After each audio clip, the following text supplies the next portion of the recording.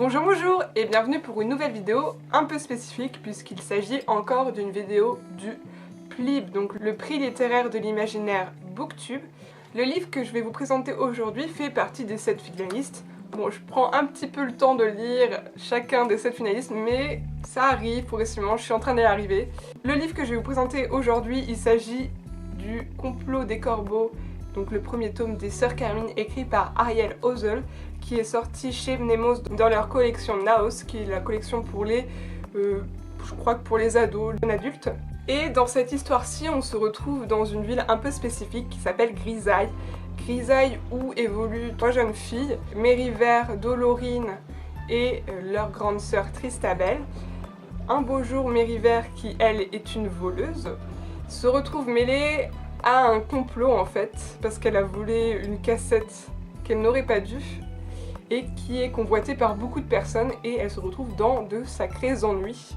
Pendant cette traque auquel elle est mêlée, on découvre toutes les 7 familles de Grisaille, on découvre cet univers assez gothique, assez fantasmagorique, que j'ai beaucoup apprécié parce qu'il me rappelle particulièrement l'univers de Tim Burton. Donc j'étais vraiment à fond, c'est noir, c'est dark. Vous vous en doutez, j'ai encore une fois beaucoup apprécié ma lecture, comme les 2 précédents livres finalistes, et je me trouve encore bien embêtée parce que plus j'avance dans la lecture de ces livres finalistes, plus je découvre des livres que j'aime, et je ne sais pas pour lequel je vais voter au final. Et là, on trouve un livre que j'ai vraiment beaucoup apprécié parce que j'ai vraiment aimé l'univers. Donc comme je vous l'ai dit, Grisaille, c'est vraiment la mort partout, c'est comme son nom l'indique, tout gris. C'est un univers très Tim Burton, il y a des personnes qui sont morts vivantes, il y a des morts à tous les coins de rue. Le passe-temps des habitants de Grisaille, c'est de tuer leurs compagnons, leurs voisins, voilà, c'est ça, c'est leur passe-temps. Mais le but c'est de ne pas se faire choper. Et dans ce contexte-là, on a les 3 sœurs Carmine, donc Méry pour les intimes, Tristabel et Dolorine, qui sont vraiment excellente. J'ai eu un gros coup de cœur pour la toute petite Dolorine qui, elle, a comme des petits pouvoirs un peu spécifiques et qui est d'une naïveté tellement confondante. C'en est hyper drôle.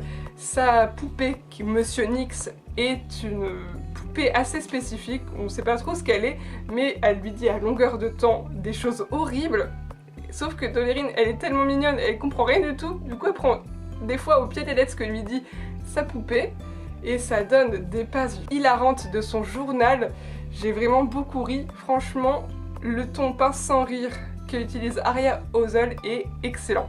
Moi j'ai vraiment beaucoup aimé, j'aime bien ce petit côté acide mais qui fait rire. C'était vraiment ma petite Madeleine de Proust. La construction du récit est assez rigolote parce qu'en fait au début on a une scène et après ensuite on a tout en flashback jusqu'à le retour de cette fameuse scène. Un peu comme dans un film. J'ai vraiment beaucoup aimé ce découpement. Et bien sûr la fin, gros cliffhanger, on ne peut que vouloir lire le 2e tome.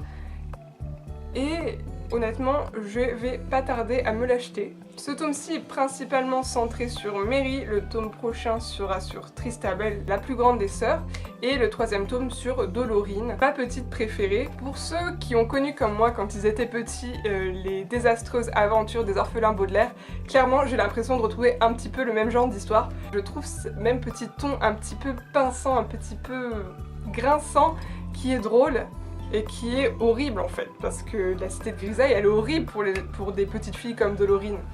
Mais voilà, franchement je ne peux que vous encourager à le lire, que l'on soit petit, que l'on soit grand, on y retrouve son petit plaisir je pense, parce que le ton de Ariel Ozel peut convenir à tout âge.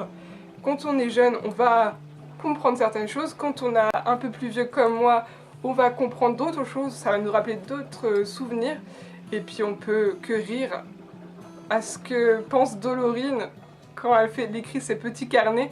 J'ai vraiment éclaté de rire plus d'une fois. Donc si jamais vous avez lu ce livre, n'hésitez pas à me le dire en commentaire ce que vous en avez pensé. Personnellement je n'ai vu que des avis positifs sur celui-ci, c'est pour ça d'ailleurs qu'il est finaliste hein, bien sûr.